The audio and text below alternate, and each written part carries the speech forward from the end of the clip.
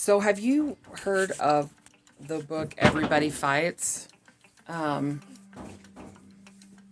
it's pretty awesome. Like, fighting is actually and arguing is actually healthier than not doing it. Um, the couples that know each other best and that um,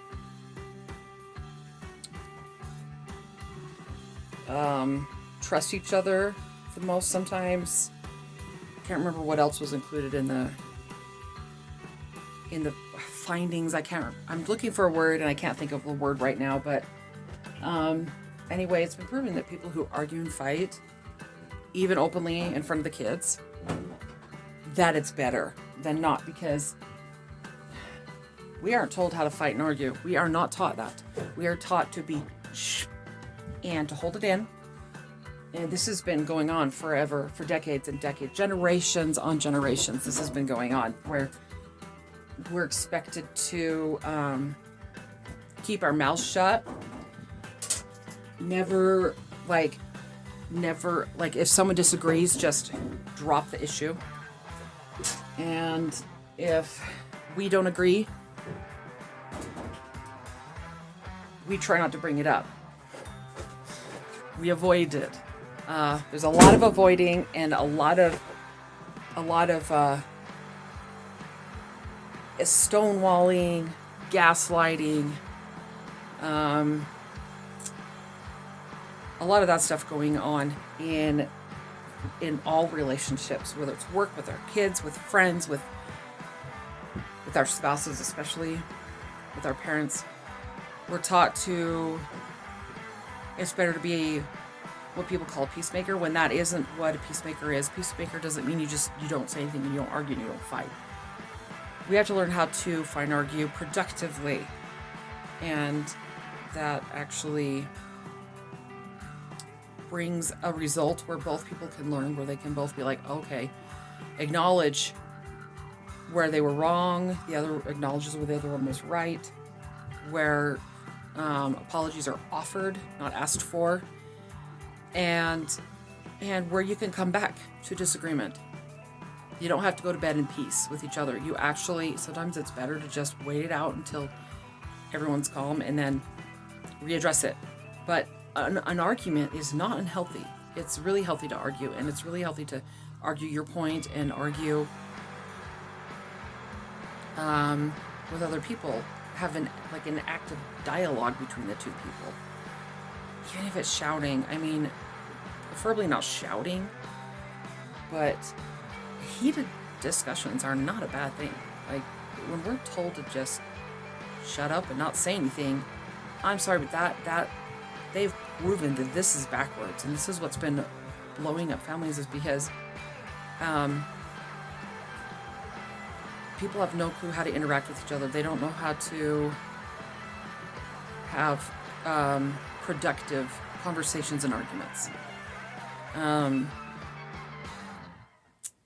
Understanding what the other person is saying instead of interpreting it the way you want to interpret is key. And trying not to get really personal, like personal attacks. That's important. Like name calling and calling out the other's faults or everything they did wrong. Those kinds of things we need to do whatever we can to try to avoid that. But if we have an issue with something this person does or did, we have to bring it up. We need to. For the betterment of the relationship, the family, everybody. Because just pretending that it doesn't bother you, or pretending something didn't happen, or not wanting to hurt their feelings or make them mad, I'm sorry, that's dysfunctional. It's there's as many people who friendships break up, or even marriages break up, that never fight and argue. There's just as many of those types of relationships as there are the ones who fight and argue all the time that break up. So it's nothing to do with the fighting. It's not that. It's not that, oh, I'm being quiet, we just don't get along, so they get divorced.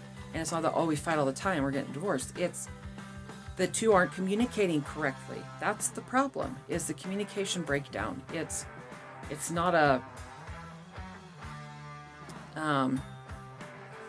it's not the fighting that's the problem. We need to learn how to communicate with each other, because as much as we think the other person should know us, expecting them to do that is unfair. That's expecting them to read your mind. It does not mean that they love you more and care about you more just because they can predict what you might want or like or need, or what you're feeling or thinking or going through. Putting that on someone else isn't fair. Think of all the other people that are putting that on you. Can you keep track of every single person's feelings around you? No, you don't know what they're feeling. Can you keep track of what they want? No. Even with your own children, when you're, a very attentive parent, you still don't know everything going on in your kids' minds and hearts and how they feel. And just assuming you do, I'm sorry. That hurts the relationship. I am not saying any of this because I think I'm good at it.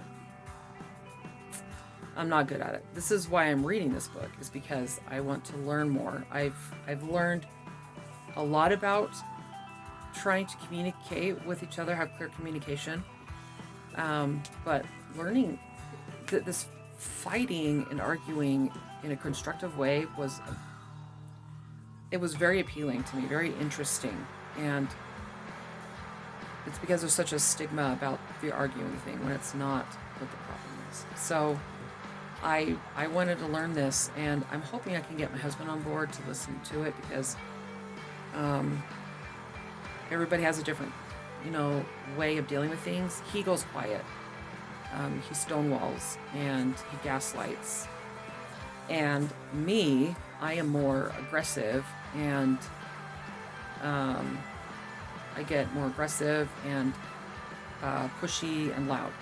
So the two of us are totally opposite when it comes to communication. And so there is a lot of communication breakdown until we both readdress it and we're like, okay, that's what you meant? Oh my gosh, I'm sorry, I didn't know that's what you meant. And the other one's, yeah, I shouldn't have ran away and hid, or I should have talked to you instead of just doing this and that. Because when we're keeping it to ourselves or not explaining ourselves, and the other person's not wanting or trying to understand what the other is saying, this creates a feeling, a lack of trust, a lack of safety. We don't feel safe in that type of environment. And